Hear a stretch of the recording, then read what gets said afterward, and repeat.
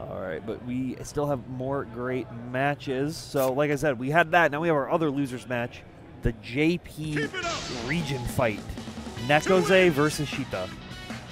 Yeah, this is going to be really cool. Yep. So the community chose these two players to send out.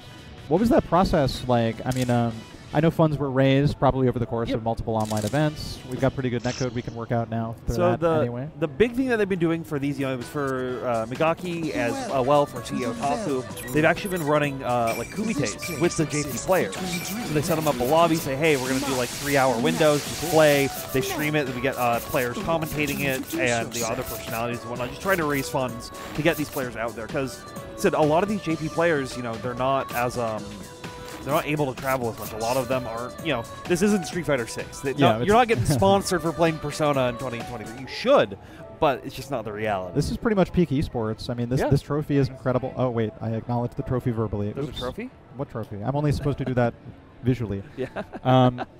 But anyway, I mean, this is the extent of it. You get a lot of a couple incredible players register for this thing. You get a trophy, and you get featured on the most prestigious Persona 4 Arena Ultimax stream in the history of the world. Yeah, absolutely. Here on Low Kick Esports. I do want to say, specifically in regards for the fundraising for these JP players, I want to, big thanks to the Persona Fight Club.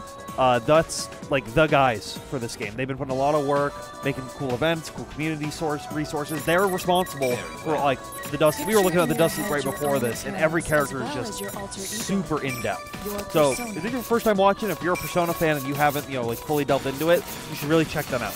Yeah. I used to watch the JP scene play at Shinjuku Sportsland in 2013 on 480p, maybe usually 240, honestly.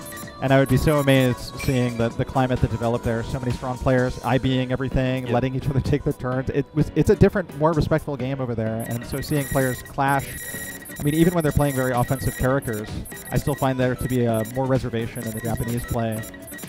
We'll see which one of them gets to represent that going forward against the rest of the Americans, but it's only going to be one, and it is an edgelords matchup. I mean, look at this. It is my 6th grade cool OCs I'm drawing on the back of my Trapper Keeper. It's my post 16th grade cool Persona characters that I like matchup, and each of them are going to defend the title of the edgiest character in the game. I mean, this really is. They're battling for that title, I think, and they even have this Margaret theme the edgy alongside. Yes, so edgy with the harpist chord you're hearing right now. It's so cool, though. Yo, who knows what the harpist chord is? Let's go. All right, this is like you say, this is the edgelord matchup. These are two very aggressive characters. We saw Minazuki have to be a lot more safe in the matchup versus Hikari, right? But in this, you got to play a lot more aggressive. And you can already see that respect you were talking about both these players have. Just very back off, air dashing, trying to find that spacing. Yeah, 100%. And there's 88 seconds on the clock. One hit's been landed. Yep. One DP. I mean, it's speeding up a little bit right now, but both characters are going to be trying to use Persona displacement to great effect. Adachi's great at it. Minazuki's great at it. It's J2D from Adachi and Minazuki. Basically hits the opponent from behind wherever they are. You can look out for that to basically be an ambush, leading to huge damage on Fatal Counter, which happens on whip punishes. And I like that Shita has been trying to find out these Persona call attempts right here, but Nekoze has always been IBing them, trying to stop them. But Shita was like, oh, you're trying to IB, trying to deal with my pressure? No. Hold this, bring in that full rush down that you're looking for. Jumps the command grab attempt. Nekoze bursts into Awakening right on time. The song's picking up in heat. Shita lost half his life to one J2D. Fear on deck, but immediately gone. No Fear going for the combo, but look at the Awakening life. Just tank this damage. No meter spent here. It's about the next thing. Oh. They both retreat from each other in a way. Roll out versus teleport to the other side. So they both got that 5%, and it's Nekoze confirming. There is round one. I think Shita was looking for Rekka right there, but because of the rollout, it got crossed up into the teleport. Yeah, that's exactly what happened. That's exactly what happened. Thank you for actually keeping track of that. Yeah. Oh, with command grab over from Shita right there. So Nekoze now able to retake the pressure of their own. And I really like that Shita just respecting, not trying to IB the Thunder Call attempts right there, and just IB the things that are easy and natural. But still trying to take those Persona cards where they can, because Adachi is a character that is significantly weaker as soon as those Persona cards are gone. Yeah, and he's only got 1 out of 4 right now, so Shita's making great headway. And just shy of Awakening Life. Maybe one more DP. Yeah. It gets the Ghastly Wail as well. Now Flying Fear. That's going to be huge. He's going to give himself Awakening with this combo. Watch this from Nekose. Perfect timing of the burst. Cheetah waited until a Persona move was out. And for that reason, Nekose stays out of Awakening for now. Even getting a chance to throw out those survival knives as well, which is something you don't see a lot from a North American user to cover that airspace, because they know Nekose is going to be so much more patient. Just outside of Awakening again. Was that intentional? That's going to kill off Kamagra, though. Heat Riser. Yeah, forcing yourself with the DP into Awakening is probably actually perfect, because you got to regen back into that full health. Yeah, it's actually so ideal when you get to put yourself in Awakening using supers in particular. And Adachi's take larger chunks of his life on average than other characters, because he is this masochistic plus also sadistic character that wants to hurt himself in order to hurt you, and that's what his whole life is about. Now, I can't say what the players' lives are about, but in the course of this match, it's about enforcing that Adachi will, that absolute sadism. Well, mash them into the dust. It kind of like is akin to how Nekose is playing. They're willing to take these random stray hits to force like tech scrambles to then lead into their favor. Right. From a tech scramble, you can find these like Persona type attacks that scale so little, lead to big swings even on the first hit. Nekose got Heat Riser already. With Fear applied and Cheetah narrowly outside of Awakening, it's going to be a really dangerous spot for Cheetah. But keeps safe on the defense right there and finds the opportunity to get some good Abare, even using the second DP as the air ender for just less damage, but proccing full Awakening. So now when you find this big hit right here, you're able to get some big damage.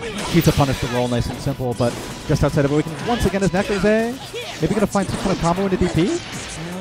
Didn't go for it there. It was available. Oh, yeah, just wants the OMB right here to take that round. Yeah, because that's the round that delivers set point now for Nekose.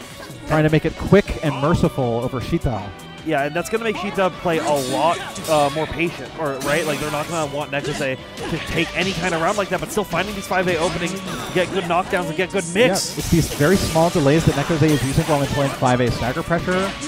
Convincing Cheetah that there's time to jump away or reestablish space, but there just isn't. Getting caught in pre-jump with Cheetah there by 5A. DP's out though. Cheetah returns into neutral. Really happy to be back at mid-screen, I'm sure, but needs to land a significant hit. Oh my god, the 5A gets checked by full invincibility. It was SP, Atom Smasher. Cheetah's in a really rough spot, cornered. Has burst at least. That's going to be valuable. Yeah, this is exactly what you're wanting to like sort of reset the situation. Find the 2B connecting at the tip as well. Yeah, it has to cut as much life off as possible right now. Got the link as much as possible. Maybe an OMB? Can I see it again? No. Wasn't ready. Didn't know if it was going to be able to kill. So Cheetah fighting for life. Yeah, that was a 5K health swing right there. So players are basically even. Oh, look out! Whoa, Gold Burst, negative penalty, but who cares? Cheetah just needs one hit to stay alive, but it's grab and throw regular Kamagra from Nekose, and then SP Atom Smasher for style to finish it off over his countrymen. I don't know exactly where they're from, but I'm sure there's some regional significance to that battle, whether they're North, South Japan, East, West, or even just in the same region together. Yeah. I actually really like that Atom Smasher, because a lot of people you'll see go for Heat Riser or Megatsu Mandala right there. But Atom Smasher is just, it's red box, covers the screen. Yes. And so just like, hey, I know I'm going to kill if I just hit you with the super. I'm going to do the easy one. I'm not going to have to worry about it. Yeah, if they are incapable of rolling through it or dodging it or DPing it, SP Atom Smasher will kill them. It always provides that combo, as long as it's the SB version, even without counter hit. And if you happen to mash and hit the regular one on somebody, you get a counter hit combo. I love Nekose's perseverance surviving this particular scramble. This was right at the end of a much longer sequence where Cheetah was bringing it back with just that 6% chunk you saw disappear at the end from the throw combo. So the first game, both rounds ended with JA instant overhead into full combo. The second game, both rounds ended with throw, OMC, or OMB into super. Yeah. On both ends. Both ends. Patterns. Interesting. Like, I wonder. People remember the decision that led to their immediate loss of round more than they remember anything earlier in the round that might have been more significant, honestly. That's true. That's true.